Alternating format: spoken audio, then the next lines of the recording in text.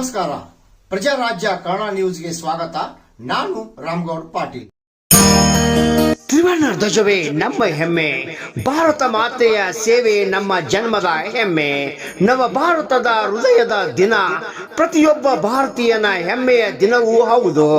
ನಮ್ಮ ರಾಷ್ಟ್ರ ಪ್ರೇಮವನ್ನು ಮತ್ತೆ ಮತ್ತೆ ಜಾಗೃತಗೊಳಿಸುವ ಅಪೂರ್ವ ದಿನವಿದು. ನಮ್ಮ ಹಿರಿಯರ ಸದೃಢ ಭಾರತದ ಕನಸು ಕಂಡು ನಡೆಸಿದ ಹೋರಾಟದ ಫಲವಾಗಿ ನಾವೀಗ ಸ್ವತಂತ್ರರಾಗಿ ನಮ್ಮ ಜೀವನ ನಡೆಸುತ್ತಿದ್ದೇವೆ.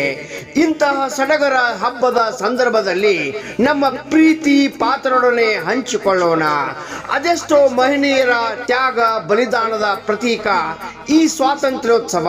ರಕ್ತವನ್ನೇ ಬೆವರಂತೆ ಬಸಿದು ಬ್ರಿಟಿಷರ ಗುಂಡಿಗೆ ಎದೆಗೊಟ್ಟು ಹೋರಾಟದ ಇತಿಗೆ ಯುವ ವಯಸ್ಸಿನಲ್ಲಿ ನೇಣು ಕುಣಿಕೆಯಲ್ಲಿ ಜೀವ ಬಿಟ್ಟು ತಮ್ಮ ವೈಯಕ್ತಿಕ ಜೀವನವನ್ನ ಬದಿಗಿಟ್ಟು ಸಂಪೂರ್ಣ ದೇಶಕ್ಕೆ ಬದುಕು ಮುಡಿಪಾಗಿಟ್ಟ ಹೋರಾಟ ನಡೆಸಿದ ಅಸಂಖ್ಯಾತ ವೀರಾಗ್ರಹಿಣಿಗಳ ತ್ಯಾಗ ಹೋರಾಟದಿಂದ ಲಭಿಸಿದ ಸ್ವಾತಂತ್ರ್ಯದ ಸವಿಯನ್ನು ನಾವಿಂದು ಉಣ್ಣುತ್ತಿದ್ದೇವೆ.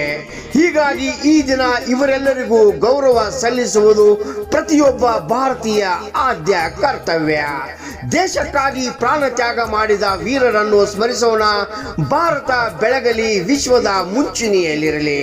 ನಮ್ಮ ಜೀವನದ ಕನಸಿನಲ್ಲಿ ದೇಶಭಕ್ತಿ ಜಾಗೃತವಾಗಿರಬೇಕು. ಸಮಸ್ತ ನಾಡಿನ ಸರ್ವರಿಗೂ ಸ್ವತಂತ್ರ ದಿನಾಚರಣೆಯ ಶುಭಾಶಯಗಳು.